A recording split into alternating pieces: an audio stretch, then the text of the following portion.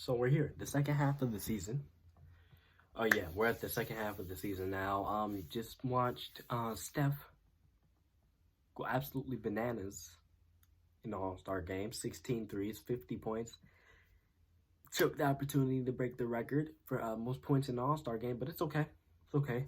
Obviously, it'll be the most memorable, one of the most memorable, because of how great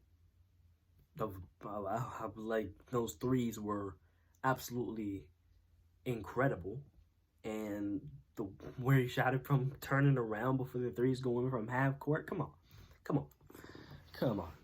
Yeah, but I think Steph's gonna have an MVP caliber second half of the season, like full MVP. All 24 games will be MVP caliber games. Well, maybe not all 24, but I'll say 20 out of the 24 will be MVP caliber games. He had that off month in January, he had a good February, but he's going to be considered. I think he's going to get back to himself in March and April. Fully back to himself. Well, obviously in the end of February, March, and April. I think he's going to play really well. We're going to get Draymond back. Yeah, but I want to talk about the first half. Though. I do want to talk about the first half of the season, and we really a lot of people, except for Vegas, really, but a lot of people counted us out, really, and they said we weren't going to really be a great team until Clay came back, or because all the young guys on the team, they said, oh, they drafted Kuminga, oh, they drafted Moody, oh, Poole, a third-year Poole, you're really going to rely on him, oh, you're really going to rely on James Wiseman. They didn't take into account that we have Draymond Green and Steph Curry on the roster, and they brought that team without a 7th pick and a 14th pick, and really nice veterans to 39 and 33 and 15 and 5 to end the season. That's insane, and we ended up starting the season 8. We went 6-0, 5-0 or 6-0 in the preseason, and they say it was a fluke, and they said, okay, it's just preseason. And then, obviously, I learned this year that Draymond Green is the second best player in the Warriors. He's always been, and even with Kevin Durant on the roster, he's always been the third, or without KD, he's either been the second or third best player on the roster. Always, since 2015. 2015, he's always been the second or third best player in his team. It was never Clay being the second guy. A lot of people out there really like Clay, think he's the second best. He's really important, but Draymond Green is a generational talent on defense. He sets up the offense. Steph can do that too, obviously, but he takes so much pressure off Steph by standing up at the top of the key, passing it, making good passes, runs in transition. Knows how to make the right play on offense, and he's just a high IQ offensive player and an all-time generational talent, high IQ basketball player on defense. And then obviously Steph, we start out the season 18-2, mostly because of those two guys and Jordan Poole's emergence from good role player to sixth man of the year. Well, obviously a great starter. He was a starter to start this season. He did a great job, especially that opening night win was really a statement to what was to come for us, because we played horrible opening. The Warriors played horrible opening night, and the acquisitions of Otto, Belly, especially Belly, he had a great opening night. He hasn't really lived up to what I thought he was going to be from opening night, but he had such a great opening night, and he really set the tone of how the bench set the tone of how great the Warriors team is going to be, especially with Clay coming back and Wiseman coming back. Like Wiseman he just got cleared for 5-on-5, and he's been scrimmaging 12 minutes for the 12-minute quarters, and that's great to hear. And with that first half of the season, we learned a lot, and we did a lot of great things. A lot of bad things happened too, but it was mostly a lot of good that I saw, that I can see that's gonna help us win the championship. Steph Curry, he kind of floated from January to a little bit of February, and a little bit in February, kind of floated. Like, I see that, and he said that. He said he was floating a little bit to save his energy for the postseason, and I get that. I think he's gonna start ramping up right now. Right now, at this point, he got this break now.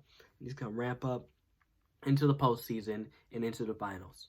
He's going to get back to himself, and we're going to see the greatness of Steph Curry. I think he's going to be back in the top 3 in the MVP voting, if I'm being real. I think he's going to be back in top 3. JP, everybody's got to learn their role, though. Even though Klay's come back and he's been acclimated a little bit, he hasn't been fully acclimated back. Even with Draymond, he's never played with Wiseman. He's never really played with all those guys. Just like we've seen, never really played with JP, Andrew Wiggins, and the rest of the guys, the rookies, OPJ. It's like he's still getting acclimated. He's still finding his rhythm. He didn't have a good game versus the Nuggets. Didn't want to bring that up, but he didn't. He had a good Lakers game. Then he had a bad game versus the Nuggets and the Clippers. 2 games I thought we were gonna win for sure. But yeah, he didn't show up those 2 games.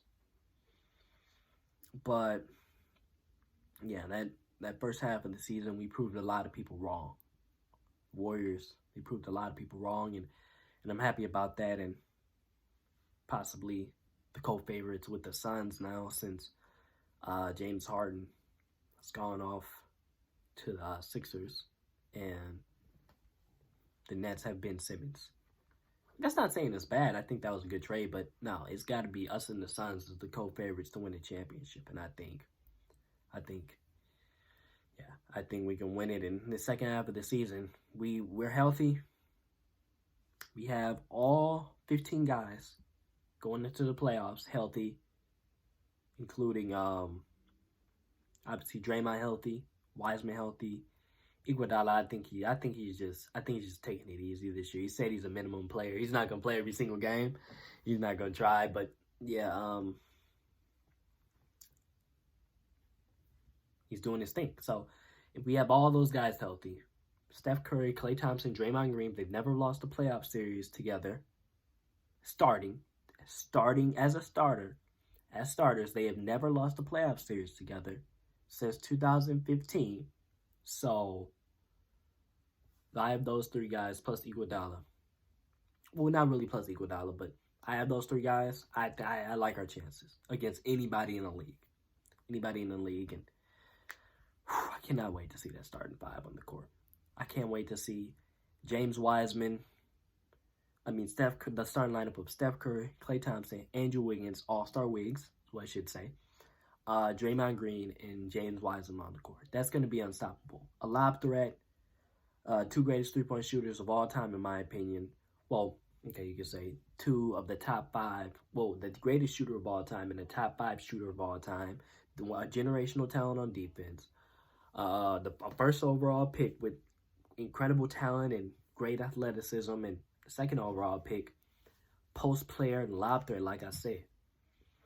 Then you add to the bench, like JP. I think he needs to be more of like I've seen him play so well with Klay on the court. Like, we can't have Klay be the ball handler, especially with Jordan Poole on the court. Maybe sometimes with Curry, because Curry doesn't want to handle the ball all the time. I don't know why, but he said it's him. He said he doesn't want to handle the ball all the time, but we can't do that with Jordan Poole on the court. I think Jordan Poole needs to look to score, and more score than play make, because he's a scorer. He can score it easy. He gets to the paint. He scores in the paint easily. He's like on John Morant levels of scoring in the paint.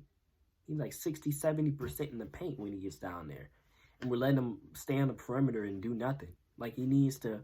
If Klay's got it going, okay, give it to him. If Klay doesn't have it going, don't give it to him. Do not give it to him unless he's wide open. Unless he's wide open, don't give it to Klay. Don't let him dribble the ball, clock out, unless he knows he's got something. And Klay always thinks he has something, but he doesn't. He's not that type of player. He is still that player, but he doesn't have that full rhythm. We have other guys on the roster.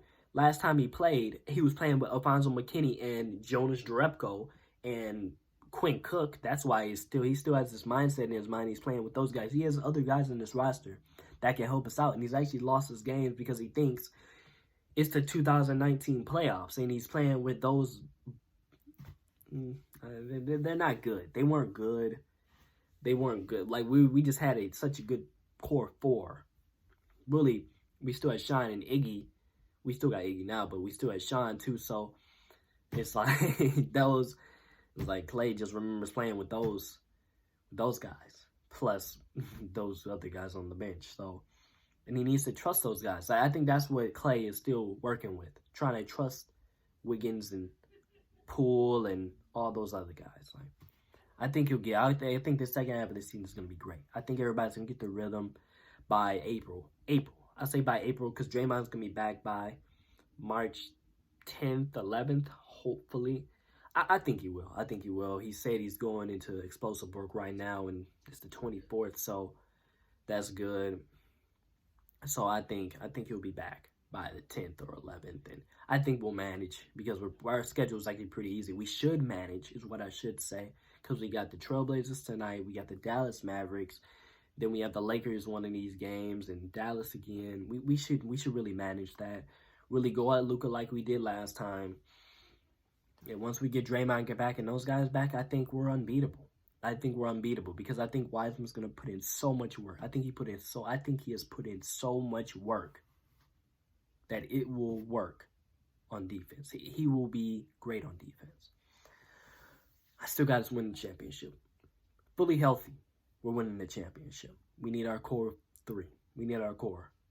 Steph, Clay, and Draymond, and I think we'll win the championship. I know we'll win the championship. So I think that's it for the pregame show. We got, obviously, the Trailblazers, and that was my analysis on the first half of the season. Well, we were 42-17, which is incredible. Which is that we lost some. We lost some games that we shouldn't have lost, but we've lost a generational talent on defense. But that's all I got to say, though. We'll get those guys back, Dre and Wiseman. We'll get ready for playoffs. We'll be ready for the playoffs. Win this championship. Add on to Steph, Clay, and Draymond's legacy. Put them in the top 15 or not top 15, top 75. Get Steph, Clay, and Draymond in the top 75 all time. Get Steph in that top 10. Get Wiseman out of the bus conversation.